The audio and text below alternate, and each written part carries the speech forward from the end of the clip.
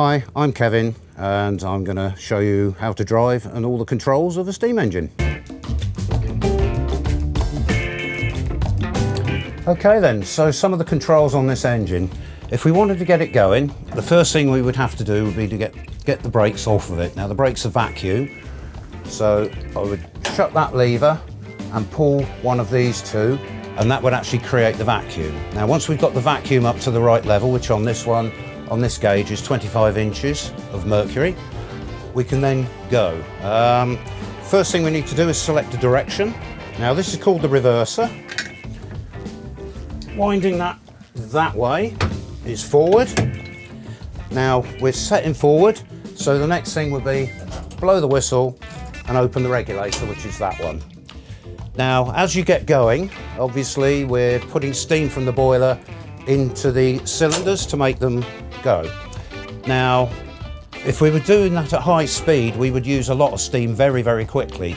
So the regulator works in conjunction with the reverser, and as you pick up speed, you change how the valves put the steam into the cylinders and you make it run more economically.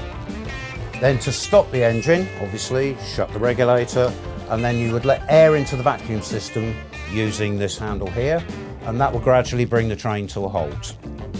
That's the driver's side of it. He's also got things like the lubricator, which puts really thick oil into the hot cylinders, and that's all done by steam pressure as well. We've got a thing called a blower, which is this one, which is still warm from 2 days ago, and that puts steam up the chimney, and what that actually does is create an artificial draft on the fire to stop the flames coming back into the cab.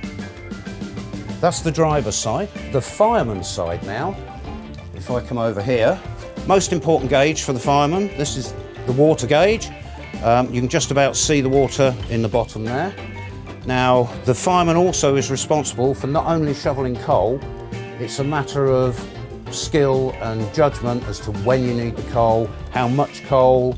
If you put too much on, the fire goes cold. If you have holes in the fire goes cold. So it's quite a skillful, experienced job.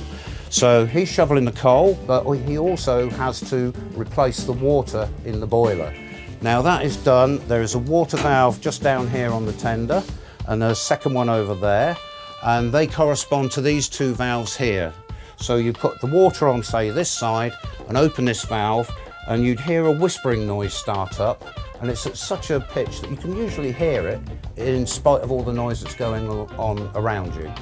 And that's how you drive a steam engine.